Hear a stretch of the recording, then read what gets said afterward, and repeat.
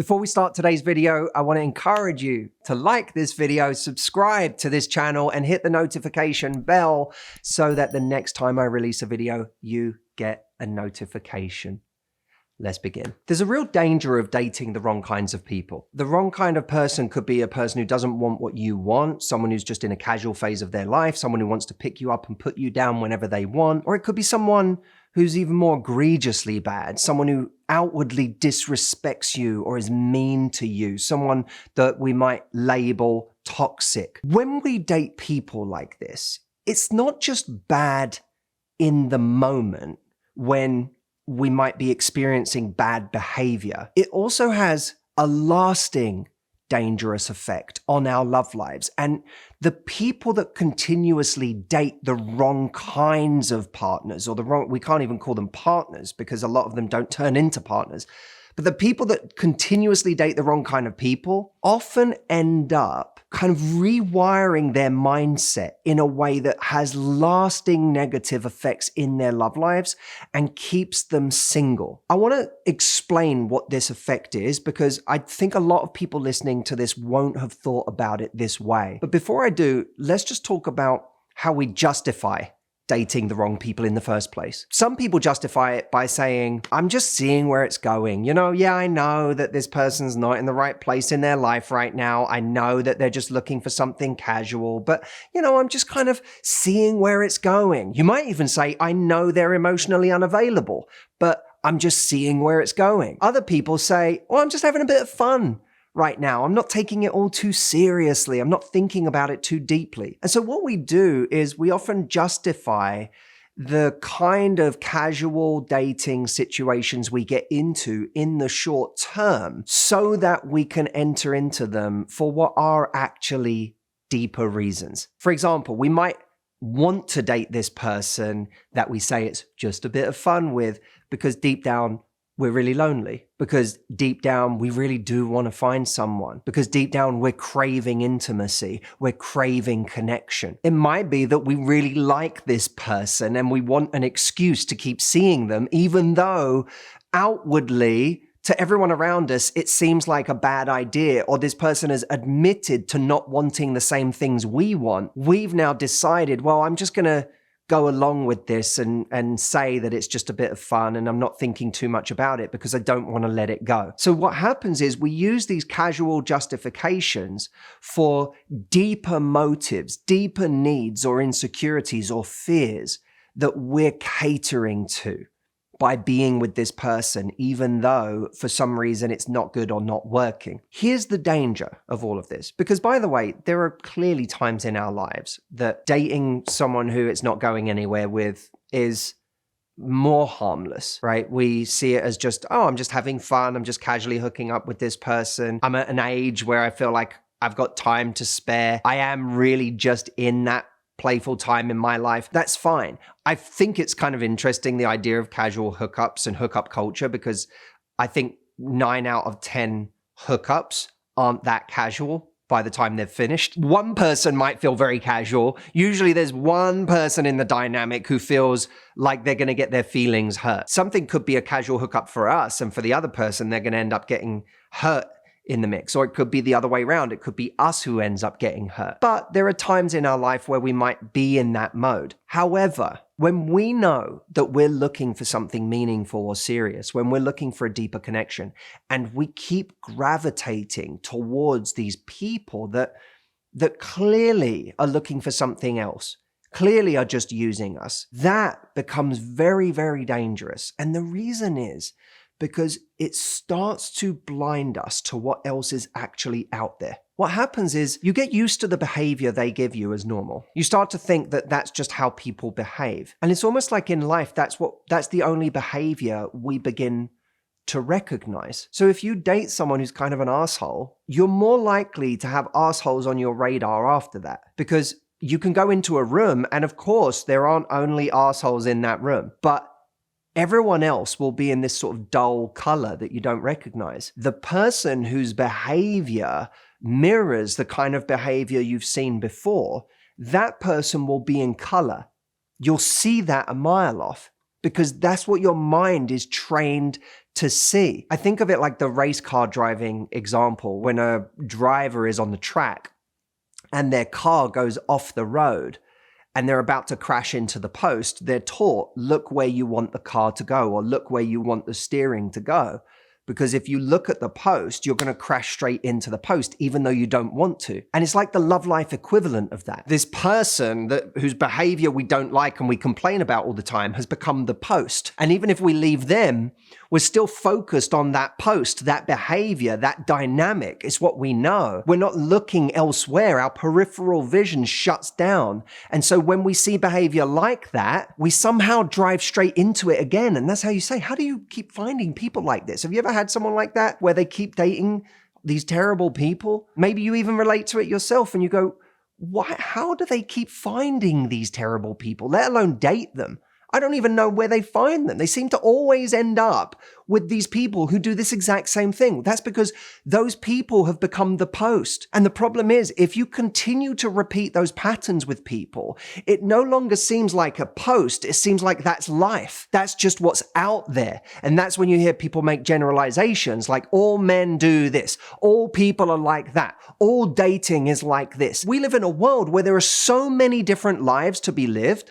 There are so many different realities, but we get fixated on ours because it's known to us, it's familiar. One of the problems people have with this line of rhetoric is, well, that's all well and good, Matthew, but what do I do when I keep being attracted to these people? I feel myself drawn to the wrong people. I can't control my attraction. I can't control my emotions. It's like, that's what I'm drawn to. The way I think about that is how I think about trying new foods. There is a food that at some point you did not know you liked.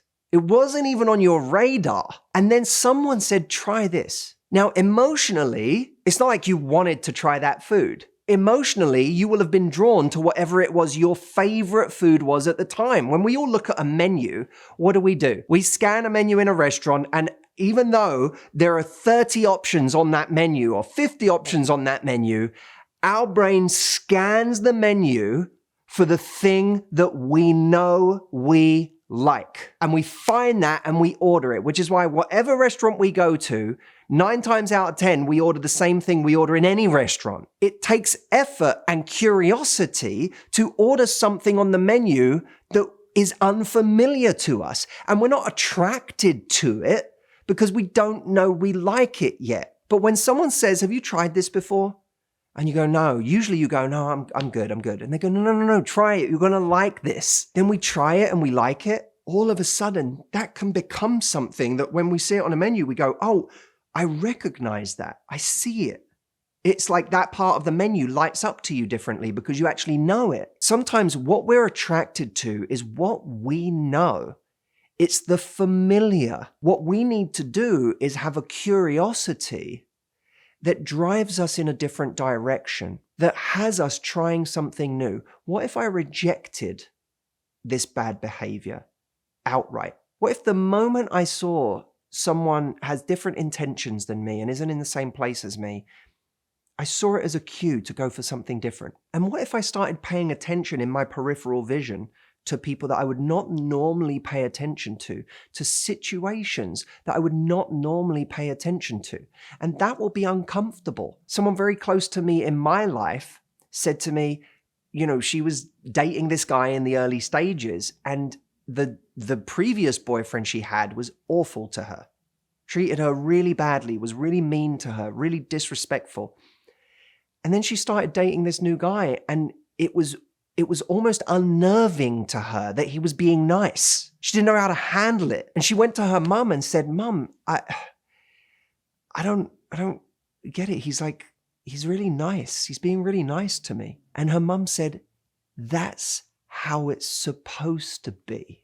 But for her, that hadn't been a reality until then. For her, it was an alien concept. And even if something is good, if it's not known to us, it can be uncomfortable. We can be fearful of it. It's unmapped territory for us. So what we have to do is be curious enough to explore those new pathways. When we start to get curious, It doesn't involve believing something different is possible. It simply involves us becoming a bit of an experimenter in our own lives. What happens if I date a kind of person that I haven't dated before and really get present with this person and really explore what's interesting or sexy or unique about them? What happens if I have a different standard with this kind of person in my life? How would that change things if I had a different standard and I stuck to it? What happens if I take a step back in my life and date no one right now? The curiosity, not the belief that it will definitely result in something better,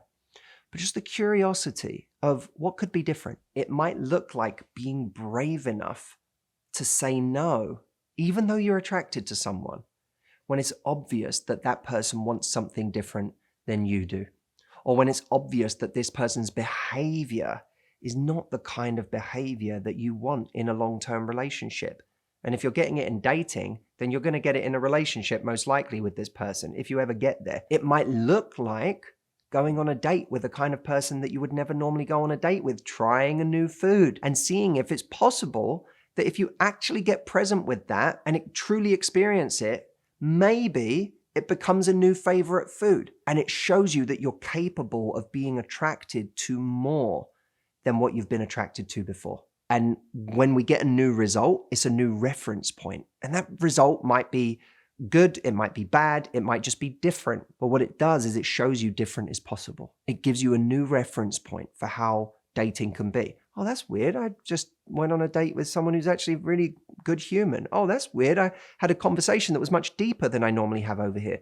Oh, that's weird. Like this person's completely different level of trustworthy, or this person keeps their promises. That's new to me. And when you experience new like that, it gives you a reference point for a new belief that other things are possible. And that's the beginning of a different kind of love life than the one you've had so far, that keeps you in the cycle of dating the wrong people. People who waste your time, people who waste your energy, people who break your heart.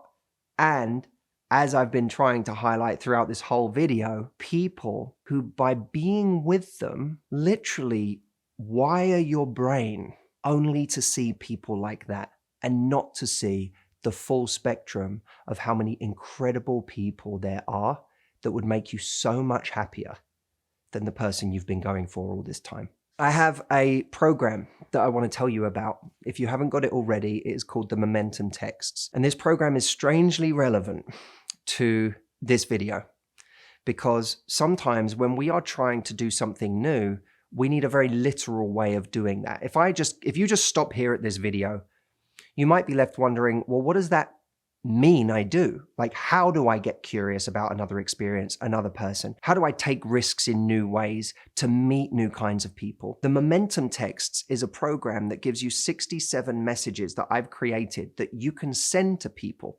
Either the same people you're messaging right now to get a different result, or brand new people in your life so that you can see what else is out there. These messages literally put you on a different path in your relationships. And sometimes when you don't know how to do that yourself, seeing how I would write something, even if you make it your own, even if you put it in your own voice, that shows you, oh, okay, that's how it looks different to what I've been doing. So it's a highly practical program, and it's one that not nearly enough of you have yet. I know so many of you watch these videos. I'm asking you to get off the sidelines and come do something really practical with me. It's $7, by the way, so this isn't a big ask.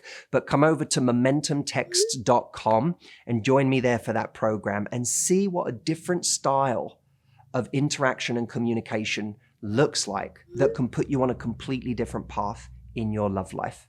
I'll see you over there.